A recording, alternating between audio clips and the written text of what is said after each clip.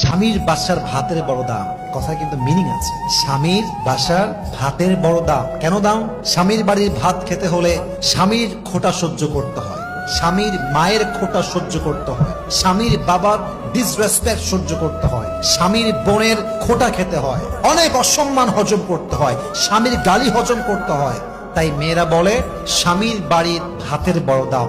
আমি কথা বলবো, কথা সত্য, তবে একটা কথা অ্যাড করতে হবে।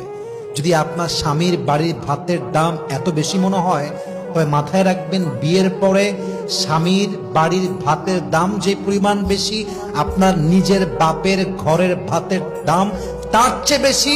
বুঝবেন, জাস্ট তালাকটা নিয়ে বাসায় যাবেন, তাহলে বুঝবেন।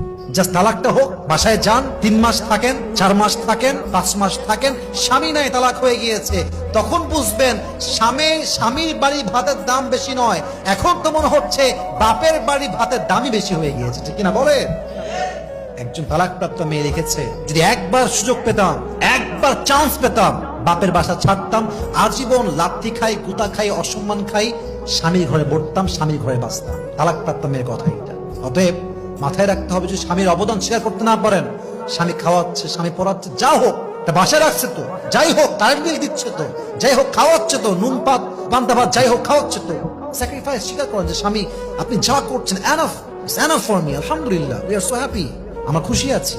এই একটা বাক্য স্বামীর মনকে প্রফুল্ল করে দেয়, শান্ত করে দেয়, ঠিক কিনা বলেন সবাই?